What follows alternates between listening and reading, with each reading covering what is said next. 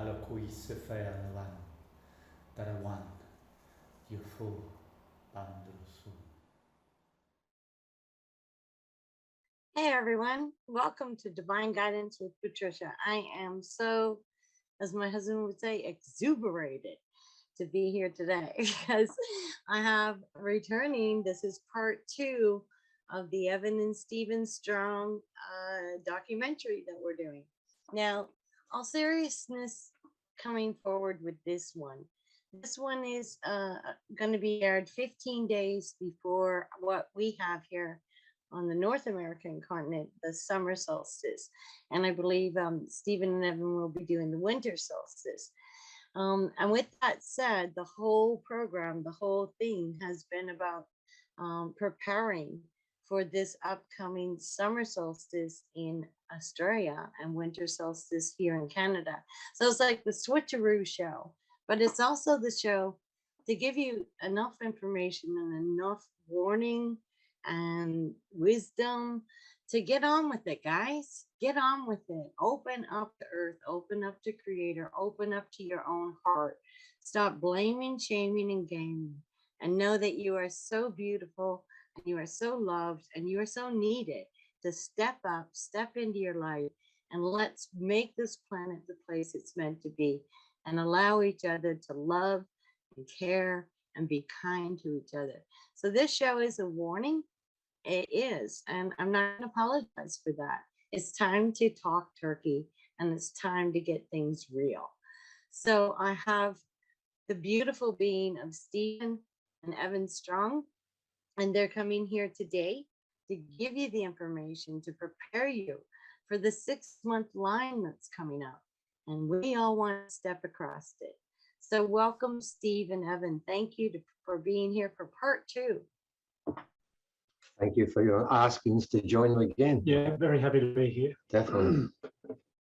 So you've been doing a lot of work. I noticed you've been putting on a lot of conferences, and you've also been doing some workshops in the physical with real people. How is that?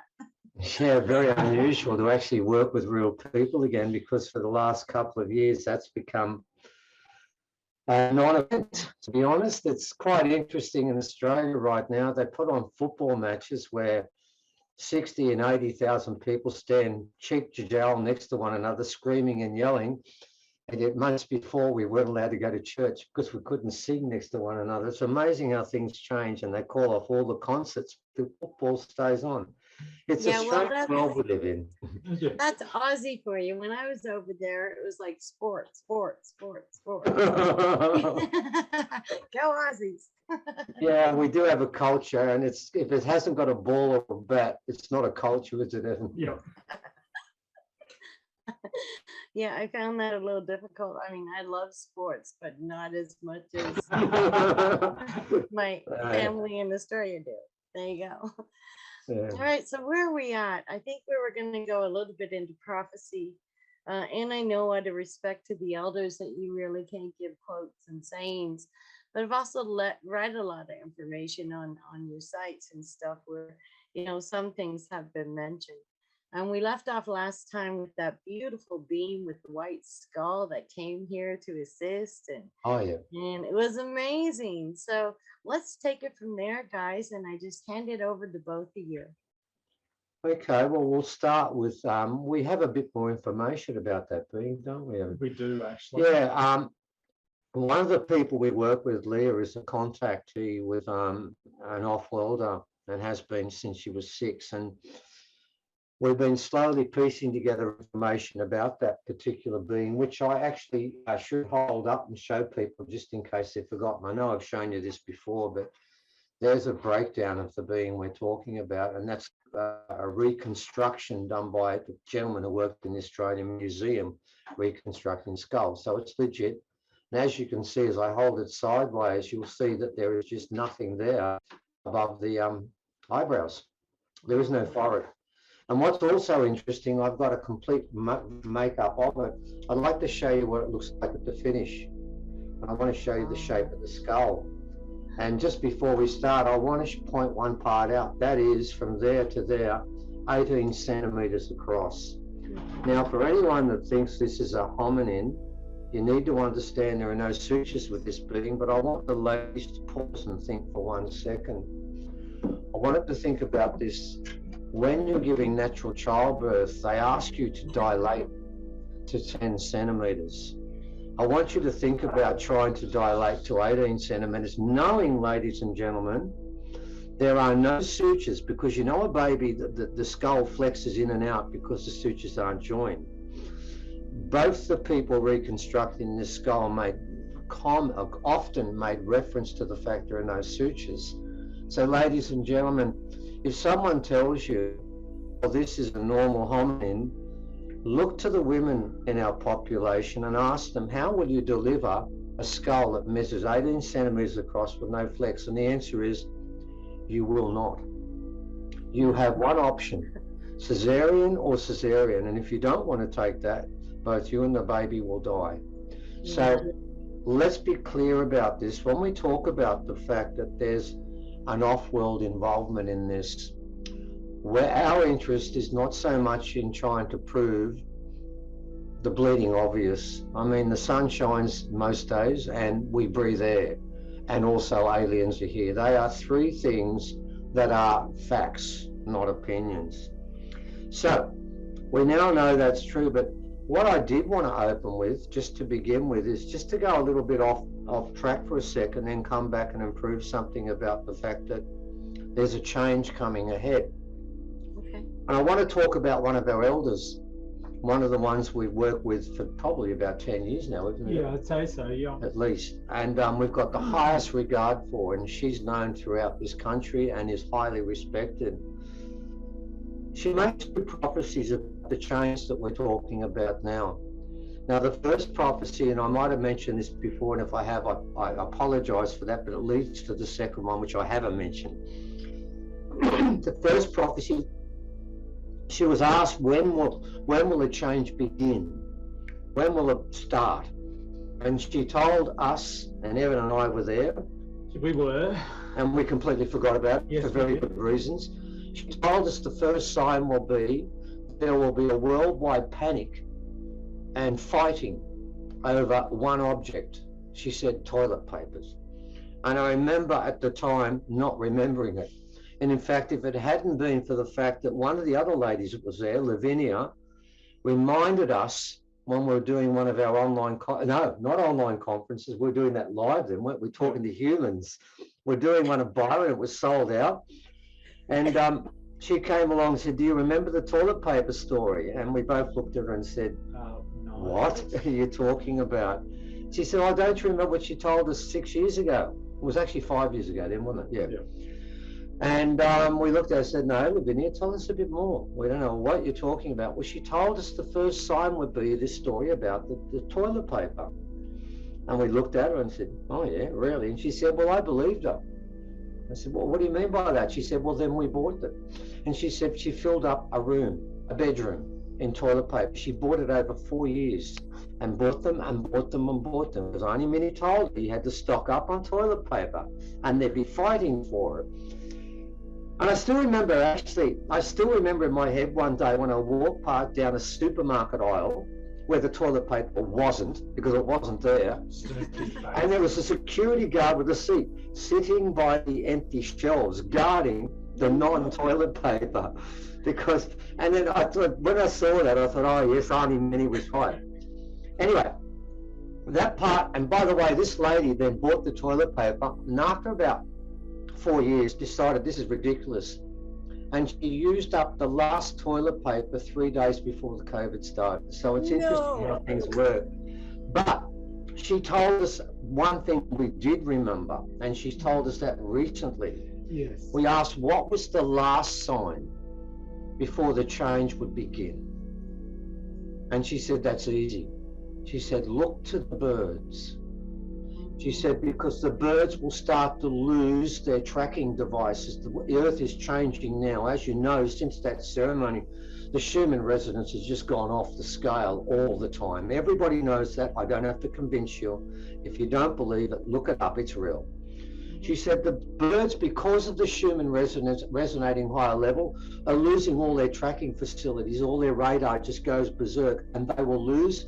You will see things taking place. Now, we have already put up on our website, and people can check it, a picture, I think it was at Walmart, wasn't it, Evan? Yep. Well, in the car park, there were 15,000 birds waiting for people when they came out, and they were sitting on top of cars, and they were sitting everywhere, and they're all the same type of bird. It was quite funny because one person was looking at their car, and he said, "Oh, well, I haven't washed my car for a while, I'll have to after this." And they were quite stunned. And we put up pictures of probably 10,000 birds flying into the concrete roads.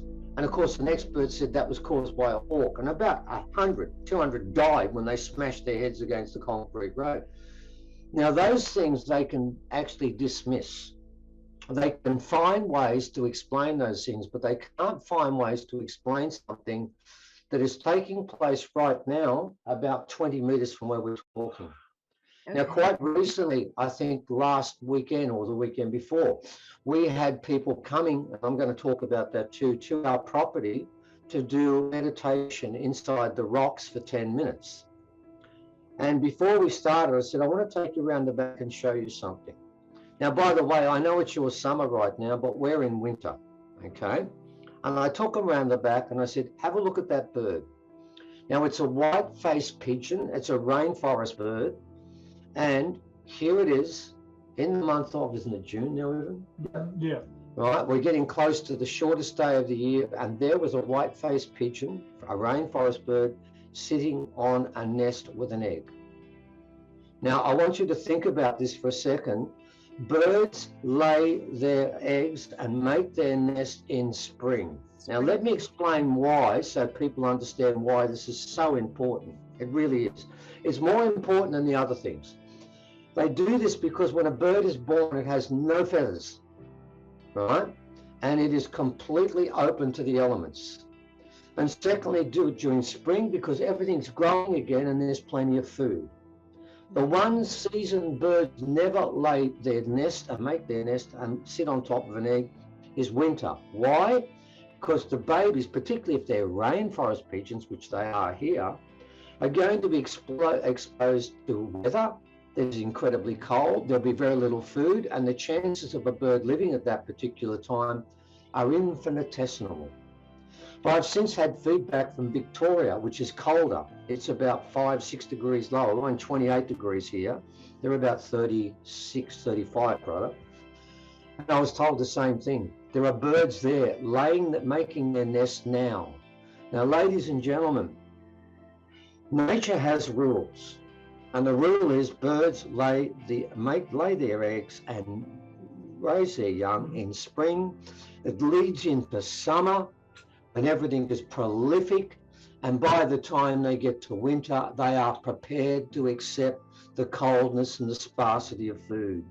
Never before is there a situation where all of the birds, and let's look at this, we're 28 degrees, Melbourne is 36 degrees. It's an 8-degree difference, but the one thing they share is the birds are laying, basically at the moment, making nests and laying eggs. Now, Melbourne is far colder than we are. I mean, we think cold is 15 degrees Celsius. We think that's freezing. I've got a jacket on right now because it's going to be 19 today. We think that's appalling. In Melbourne right now, it's minus. And the birds are sitting in their nest. Now, ladies and gentlemen, if you want proof that nature is re-imploding and falling apart and restructuring itself, do what our elders say. Look to the birds and say to yourself, is it normal that that bird is sitting on a nest right now? And not one person that saw that thought it was normal. Every one of them saw it the same way we did. That's wrong. Now, what are the chances, and this is what I'm worried about, what are the chances, Patricia, that that bird will live? Well, the answer is, well, in Australia, the chances we say is bugger all, which means it's got no chance of living. What does that mean about the long-term welfare of all of the birds that are laying eggs right now? This is an horrific story. because the birds are losing their link with the earth. The earth is changing so rapidly, they haven't got into reset mode. All of us now, ladies and gentlemen, are now trying to cope with the fact that the earth is actually ascending. And because of that, because the human resonance is ramping up like it is, because all the ley lines are shaking all over the place, everyone is feeling it. Whether it's humans, and I can see humans today, you talk to humans today and every one of them is stressed in different ways. They're all getting torn apart from inside. And on the outside, the birds are doing the same things. I've also had information that insects that are supposed to be at the moment in stasis or hibernation are not. There are birds now, trees in Australia which are deciduous that are now growing leaves. So what we're seeing, nature is showing us what the Hopi said this many times. They said, look around and you will see things taking place in these final days that don't make sense, that are breaking all the rules we're seeing. Deciduous means you don't shoot in winter, but they are in Australia. The birds should not be on their nest. The babes should have left the nest by now and preparing themselves, wouldn't they? They wouldn't be in the nest anymore. Yeah, I think we're going to have to put a bowl of fruit out for them. Yeah, we'll have to feed this poor bird, because there's no way right now in the middle, even in our rainforest, in the middle of winter, the rainforest goes dormant and there's not going to be food for those birds. So what we're going to do is, once the bird, she's been on that nest now for about the last 10 days, hasn't she? Yep. Non-stop. She doesn't leave it. And during that time, it's been pouring with rain. She don't leave it. She's fighting for that baby. Yeah, But it's going to be a tough keep it call. warm too. Oh, well, that's going to be the problem.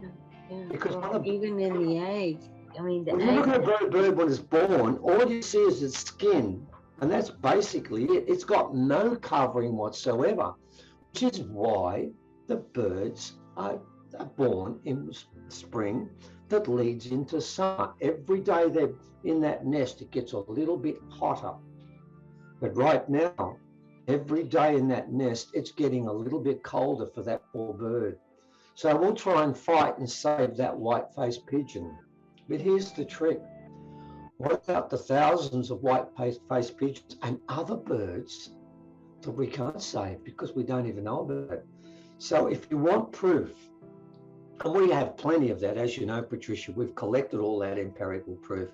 But for me, the birds come first, because I'm living next to this bird and I look in there, and these things are normally incredibly timid. They don't go near people, and we can get to about 3 meters away and we're just looking at her and we're just going to say, right, look, looks like we're going to have to bring this babe up together, because she won't be able to do it herself.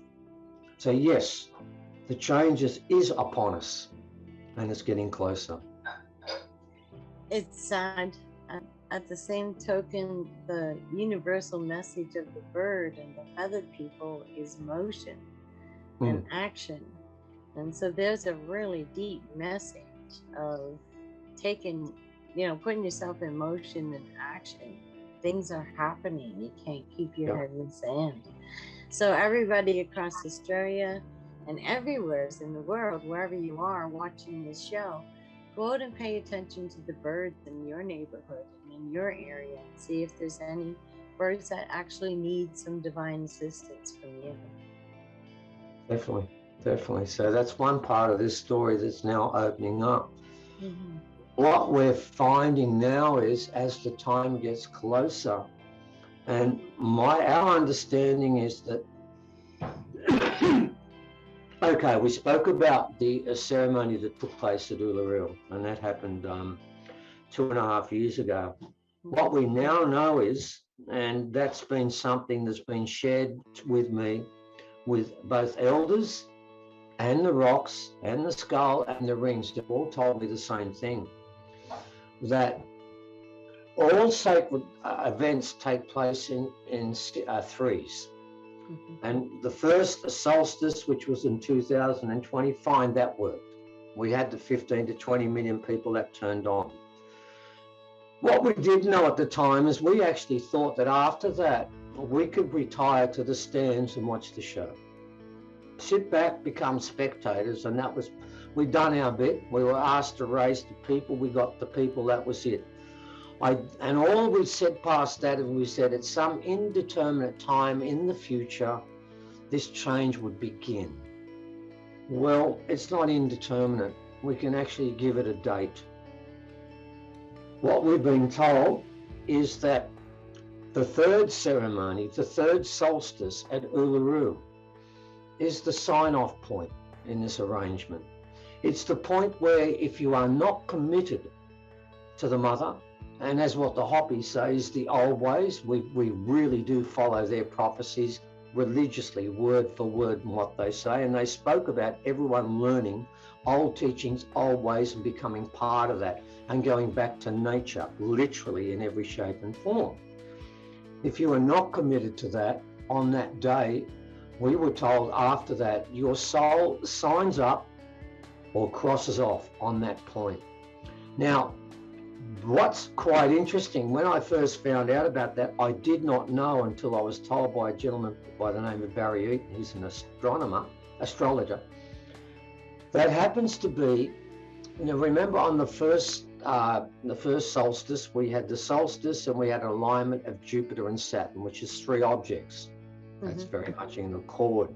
What I didn't know is in the solstice coming up on the 21st again, there is another alignment of 3 planetary objects. And those are, you have the solstice, of course, an eclipse of the moon, and an alignment with Uranus, which is the planet of sudden change. Now, that's December 21st, right? yes, and that one, yep, and on that one, that's it. That is the time that is left. There's about 7 months between, or 6 months between now and then. After that, everybody is committed or not committed. And past that point, you can't then say further on, oh yeah, no, look, I've seen what's taking place now. I want to join the team. I want to go and find a tree and hug it. It's too late. Doesn't work like that. So ladies and gentlemen, what we're trying to do over the next 6 months, obviously we're going to keep doing our online conferences leading up to that. And as it gets closer, we're going to become very much more refined and defined in talking about what that actually means. So what we think is going to take place is that past that point, you will then be judged by your soul, and there will be consequences. This is very important to understand. For the first time ever, every human on this planet is going to be beholding the consequences, and the consequences are your decision, your notion, your action, and whether you decide that what we're saying makes sense.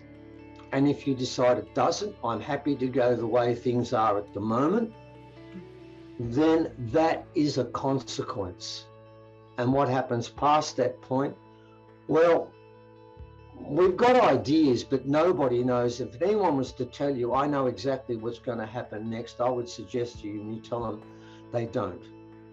What we do know is what the prophecies of indigenous people around the planet is saying. And I know Evan sent some across to you at different times there. They're all saying the same thing. The Hopi says the hour has come, right? The time has come where you have to make a decision. Now, it makes sense to me that it would be now, because if it was, say, 100 years ago, so many people in the world wouldn't have known. They would have never found out, and they wouldn't have had a chance to make a decision, right or wrong. But now, with the internet, whatever you want to call it, and Facebook, which is working out particularly well for us, isn't it, Evan? Sarcasm intended. We've been shadow banned from Facebook, and which means we can't reach a lot of people. So avenues like this for now are very important for us, Patricia, and we thank you for that, because Yes, we've been blocked out in so many different ways.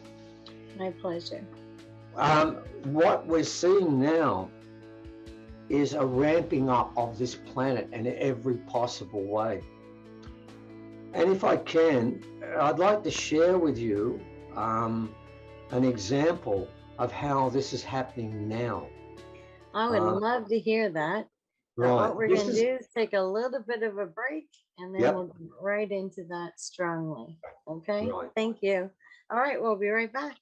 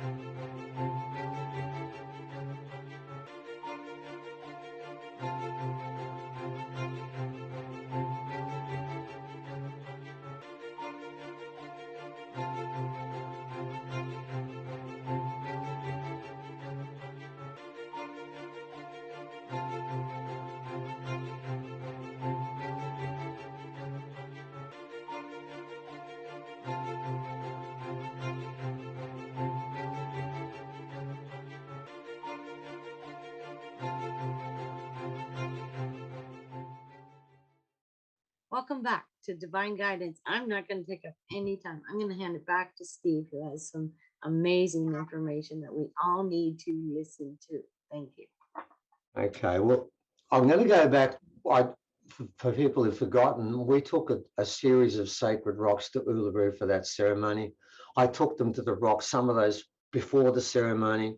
Ceremony worked, the rocks were locked into Uluru. Now, what actually happened was this: we have been trying for 10 years to put the rocks in formation on the ground in Ramajeri country. The government has stepped in on 2 occasions. On the first occasion, we had agreed with the Ramajeri to put it up in their culture centre. It was all going to happen. Then the government took Kangaroo Island and Carter off the Ramajeri people and kicked them off. We couldn't put the rocks on ceremony there. Then a gentleman, a white gentleman, a millionaire, offered us 3 acres of land that overlooked the ocean 400 metres away, buildings on site. He was going to build the whole thing. In fact, he put down other containers. He put down 200 tons of sand to lay it all down. The place was taken off him. He was put in jail. He's been in jail now for 7 months, has not been charged. 50 police came fully armed with a tank, sitting on a machine gun, and they searched the place for 4 or 5 hours and found 1 loaded shotgun. He was arrested then. He's been in jail for 7 months and hasn't been charged. And everything that was taking place on that land has been banned. So that meant the rocks, and by the way, 150 of them are already down there ready to go on country. We were 2 months away from setting it up. The government stepped in and we can't do it again. So the rocks, because they know this change is coming, Yes. right? They're aware of it. And the idea was they would be there. People could go down there and sit inside there for 10 minutes and it would make them better people ready for the change. The government knew that and stopped it twice. So, and the rocks are desperate to actually interact with people. And that's what I'm going to lead up to, but it's a rather longer story, but we'll get it in the time we've got. So what happened was, I got a phone call from a group up here. And they asked me, these people knew about the rocks, and they actually helped us with the second ceremony to advertise it. And I said, well, I owe you one for that. I'll do that. She said, could you come along and welcome these kids? You're going to set up a new school.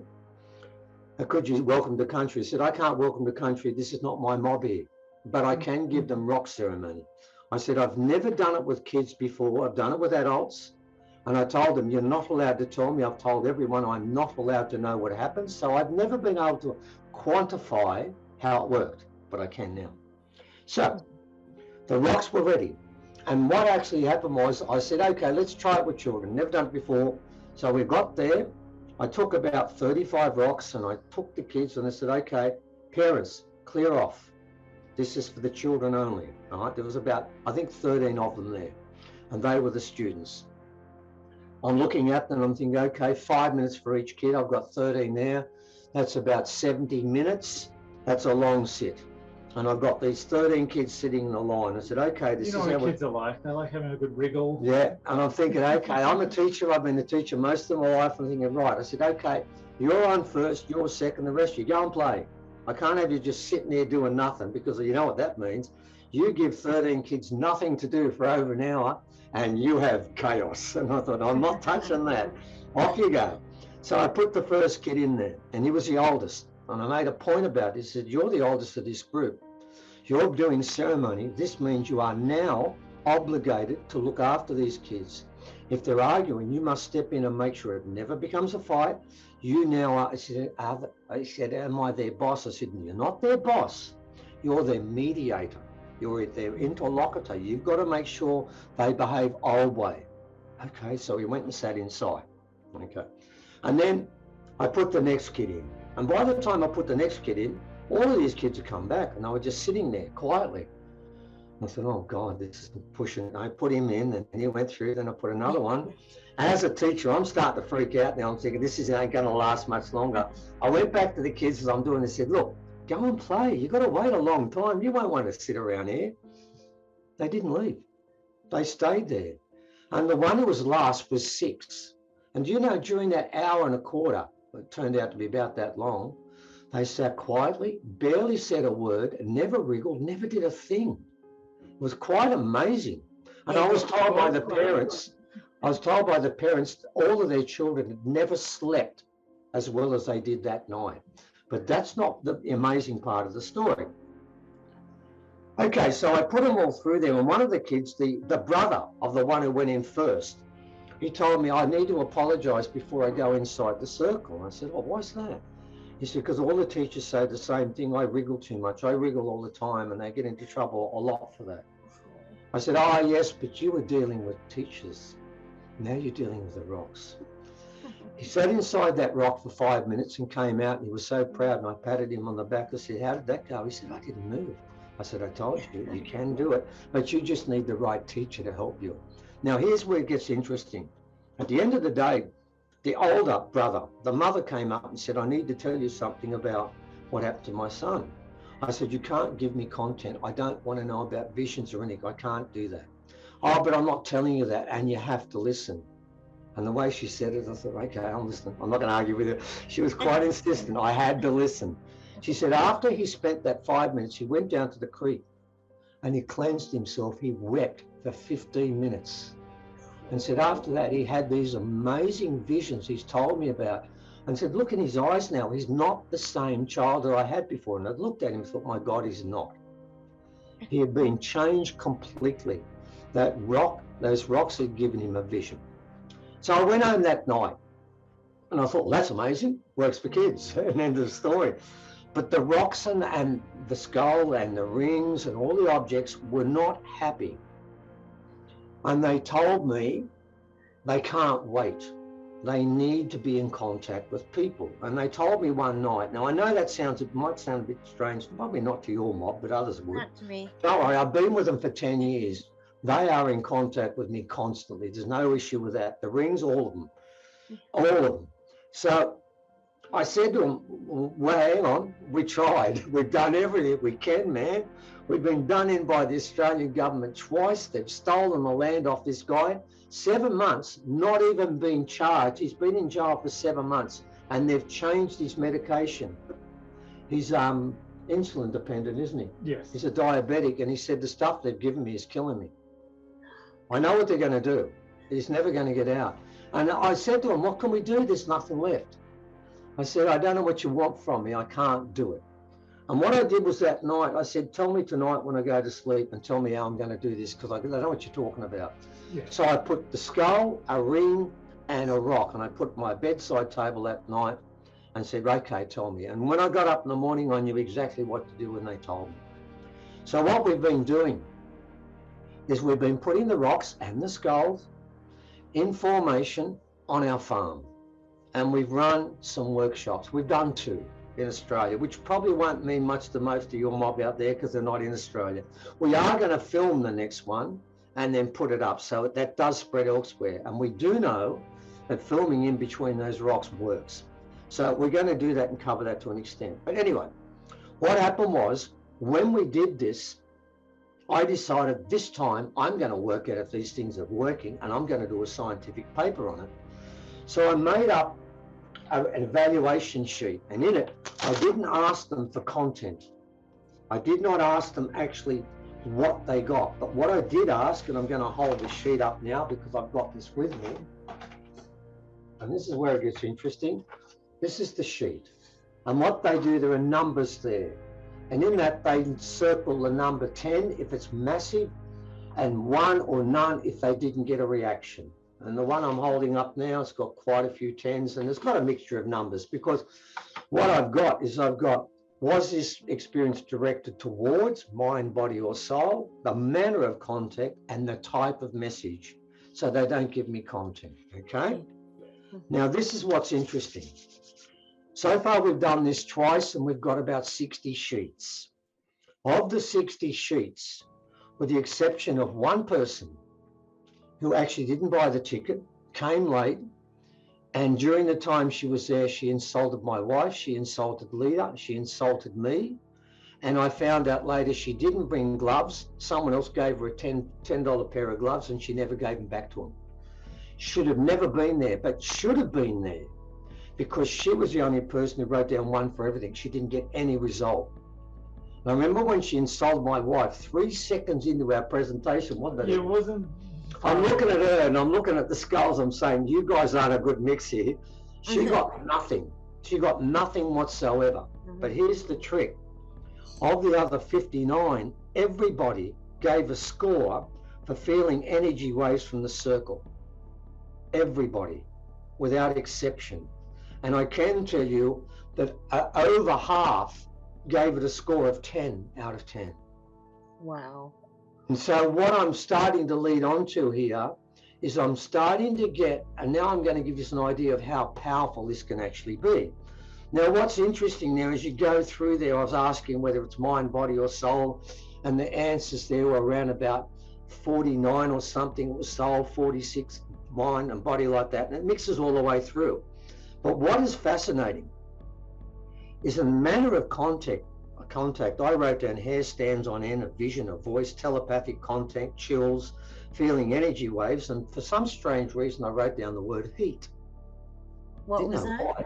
Heat from the actual rocks. Now they're sitting inside the rocks, but I don't put a fire in there. Now what was amazing is from the first group, and there were 32 there that answered it, 11 gave heat a score of 10. That's over 1/3 of the people gave it the highest score possible. In fact, it came second after feeling energy waves, and then vision and voice were just below it with 10. But there were 9s and 8s and 7s too. And I started to realize, and then I looked through the sheets, and then something dawned on me. No 2 sheets were the same. What the rocks were doing was actually analyzing the person, sitting inside for 10 minutes and then working out what they needed. Some psychic people told me heat is the first sign of healing. Those people were being healed. Now, others got visions and voices and telepathic content. That was all marked up. That got into double figures. They were for different people. And it became really obvious to me as I looked at this, my God, they analyzed the subject a bit like a doctor. Then work out, this is what we need to work with first. Now, some people wrote down comments like, words can't describe what happened. There was quite a few of those, and lots just wrote 10 for the whole thing. Some people, and I noticed in the first group, of the group we had, of the 32, and one we don't count because that person shouldn't have been there, but should have been there to have a placebo. 2 people got 3s and 4s. All the rest were 6s and above, right? And both those people wrote underneath, I'm far too uptight and tense. And I blocked it to an extent. And I think that's what the rocks were actually telling they these had people. fear. Maybe they had a bit of fear. Yeah. Now, this is where it gets interesting. And that's fairly interesting. But I still, and I've got to be honest, after looking at that, and because I could sit near these rocks, apart from the time when I first got to know them, and every time I made a mistake, they'd nearly kill me. But past that point, they've had no dealings with me. But everyone else they have. So even for me, even though I saw that, don't forget I'm a teacher and I spent all my life in education where we're supposed to basically dull people down and make them not ask questions. I was still infected by that. And I still had doubts on my head thinking, oh, maybe they made it up. Then I told myself, but hang on. I told every person there, if you got no reaction, come and tell us, and we'll refund for that 10 minutes of the 4 hours. We'll refund 1/3 of the whole thing straight away. We'll give you $50 back. So it was in the interest of every person there to write nothing, because they would have got $50. Sorry. So for people who are saying, oh, you're just trying to do it, they're just trying to show off or something. No. What we were saying is, do you want 1/3 of your money back straight away? Just tell us you didn't get a result. We won't hassle you. Do it quietly, don't do it in front of others. So we covered that. So, but for my mind, I'm sorry, I was still sitting there thinking, oh, maybe. And then this happened. And this is the part that really blew me away. I still find this hard to believe, but we met this lady. Trudy Roberts, one of the elders we work with, contacted Evan and said there's this lady from in the Gold Coast. Yeah, so we did a conference with Trudy, and then this particular lady got in contact with Trudy, and then Trudy said, yep, she needs to come visit you. But she didn't tell us why, did she? No idea why. No idea. And then, a few times back and forth, there was the flood, couldn't get down here. Another flood. And then couldn't make, I said, well, come down for the workshops, couldn't make the workshops. No. So I thought, oh, this probably isn't going to happen. But then she did come down. Yeah, she did. And she came down, and I didn't look. I normally watch how people walk because I used to be a tennis coach, and sort of I noticed that everyone walks differently. But I didn't watch her because I was busy setting things up. And she came and sat alongside and said, and I spoke a bit about the rocks and what they do and stuff like that. And she didn't tell us what a problem was at the time, and we didn't know. And then she said, because normally what we do is we put 2 cushions for people to sit on, because we like to put it outside on the grass, but this year so far we've had 110 inches and it's just been flooding all the time, and if they sat on the grass they're going to get wet, so they had to sit on the clay bricks, which is still earth, so therefore that was fine. But then she said, I can't sit, can I lay? And I thought, well, I've never heard that before, that's a bit odd. I didn't know at the stage what was wrong, right? I said, okay, so I got another 4 cushions, and I said, okay, and then I had to help her to get down to lay between the rocks. And I'm thinking, what's going on here? It's not that hard. And why are you laying? Because she can't sit. We kill her. It puts her in agony. Now, what we found out later, and I'll just cut to the chase, I'll explain what happened later. She told us when she got up, she told her husband, I can't do this much longer. The pain is so intense, I'm going to have to finish this up. When she came to us, if this didn't work, she was going to kill herself. She was very clear about that. And when she told us she was born with a bent back, and it's got worse and worse and worse. She said, I've been to every chiropractor, every osteopath. They've had me up against walls trying to straighten my spine, and they can't do it. And she said, it's bent so badly, and she told us that she couldn't walk. And then I sort of realized that Nevin saw it when she walked in. She didn't walk in, she waddled in. She couldn't stretch anything. And when she laid down inside there, when I walked past the first time, because we keep away from people when they're doing that, it's private business, I noticed the knees were up. And she told us when she got there and she had her knees up, because she can't straighten the legs. It's impossible. The rocks told her, and it turned out the skull did too, to straighten the legs. And she said, but I can't. And they said, you can do it. And she did. And she was quite shocked by that, because her knees had never been straight. She doesn't lay straight in bed. Can't do it. And then what happened was, she said she was looking at two rocks and the skull. And I'm talking about the skull. It's this bit of skull here, the top bit, because they're 8 bits stuck together. It's the original skull of the alien. And she said she felt this surge of energy come out of there into her back. And then she heard, and she's written it down quite a few times, this massive clunk. And the whole of her spine straightened. Yes. And when she was standing up, she said, look at me now. And she's walking around and doing this with her legs. She said, I can never do this before. Yes. And she was actually completely cured from something that every medical person, expert in the country, had tried to sort out and said, we can't do a thing for you. And she said over the last 3 weeks, the pain had got so bad that she could barely sleep and she could barely stay alive. And she got to the stage where the life was so pathetic, she was going to kill herself. And she said, but look at me now. And then it gets interesting, because don't worry, we know how cynics think, don't we, Patricia? Yes, what we do. Going to think. And by the way, so did I, because I spent 35 years in schools. I thought to myself, this could be psychosomatic. This could be you're so desperate for a cure, the adrenaline pumps in and your whole body builds itself up, and you've got so much adrenaline running through your system, you don't feel the pain right now. Don't worry, that was there. It's in the back of my head. It never goes away. That's why we go to schools. These things happen. They kill your spirit and your magic, and they put back something else that's horrible. But 5 days later, when we're doing show, weren't we, Evan? And Evan got unsolicited comment from this lady saying, thank God? Was it bless God? I can't remember which one it was. One of those. One of those two. My back is still straight. Amazing. 5 days after the event, she's still laying straight in bed.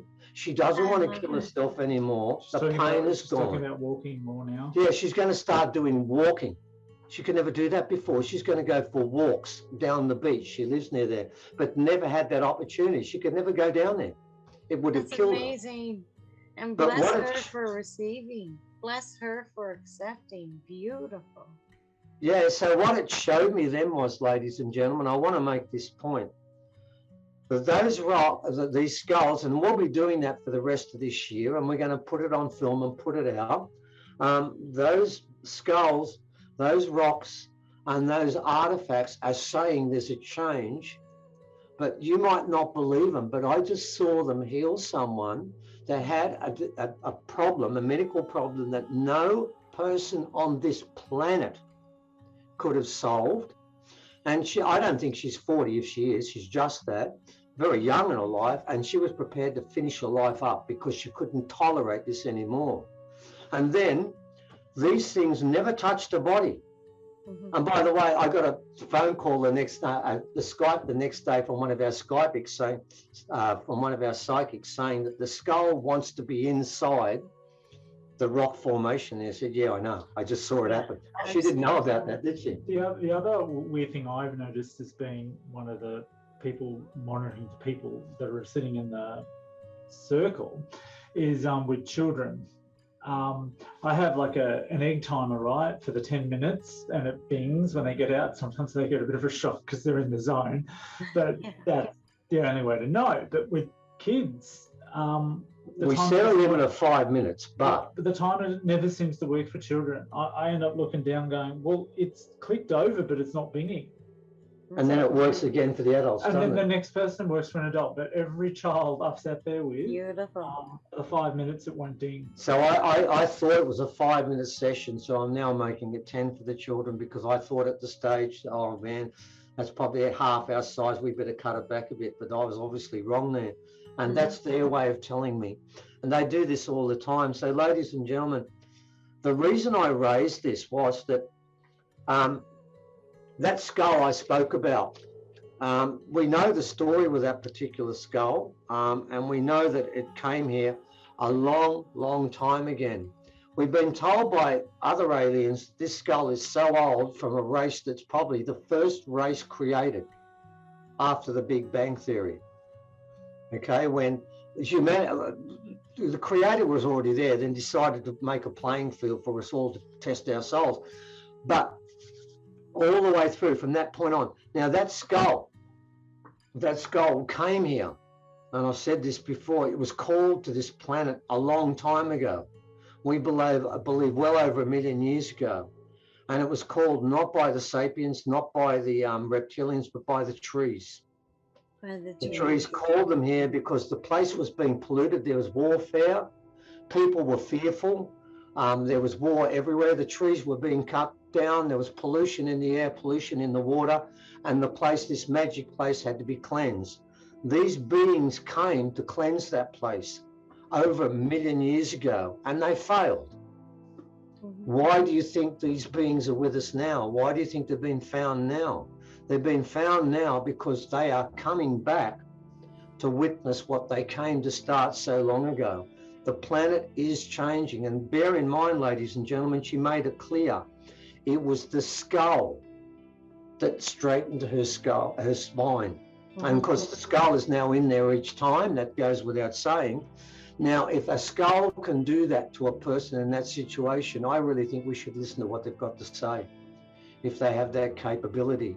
And what they're saying, and they were part of this group, is yes, this ceremony that's taking place the end of this year is the end of the line and the beginning of a new line. It is. It really is. I tell you what, this hour has gone by so fast. I could sit and do another 4 or 5 hours. It's amazing. I just want to let everyone know, please, when you watch the show, please hear the message, and take it upon yourself. How you choose to step into who you truly are is between you and the Creator. And there are major people out there on the planet, and skulls, and rocks and stones, and divine beings like Evan and Steve, and the people they're connected to in country and around the world, who can give you some guidance and some sacred space. But the work is yours to do, and you can do it.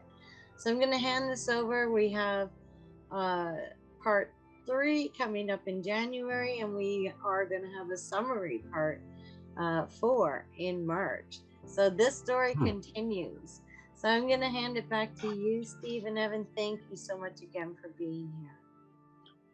Thank Thank you. Thank you so much.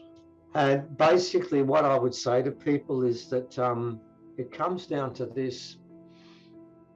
The Mayans say there are 2 roads. They're both well formed now. We're talking about a road that's based around faith, based around a leap of faith. And people did it before, because when we're talking about the first ceremony, we told everyone we don't know if it's going to happen. There's a difference. We do know this is going to happen. We have proof. It's on our website. So much proof that that first ceremony worked. We know the third ceremony is coming. It's the third of 3. And there's 2 roads. You've got to choose one of them. You've got the one that they've made for you. And what do you get there? You get talk of welfare. You get talk of pandemic. You get talk of maybe losing your job. You get talk of the fact that the person walking down the street might be carrying a virus, might be carrying a gun, might be carrying something else, might be carrying a knife, might be carrying a needle. They might stab you with it. You get a path that's made of fear, followed by fear, and then fear laid on top of it. That's all there is, and that's all they're going to offer you from this point on. What you might get is you might get to keep your job. You might get to stay alive another day, but you don't know anymore. You don't know because you're scared of the air you breathe right now because there might be something there. And every day there seems to be there's a monkeypox or there's a new flu or there's something else and you've got to have vaccinations for everything. That's the road. That's the road you're being offered. It'll be a global community. There'll be no money. And you basically will be working for the man from the day you die, from the day you're born until the day you die. You will become a commodity, a consumer. That's what they're offering you. It's basically enslavement on every level. It is on every level. Freedom of your own domain. Yep. And the other way through is the way that we're talking about, the way the indigenous people are talking about, where you'll become tribal again. You'll become part of a group. And you'll realize that you work with the mother, with nature. And the mother, your mother will get the first tick in every vote.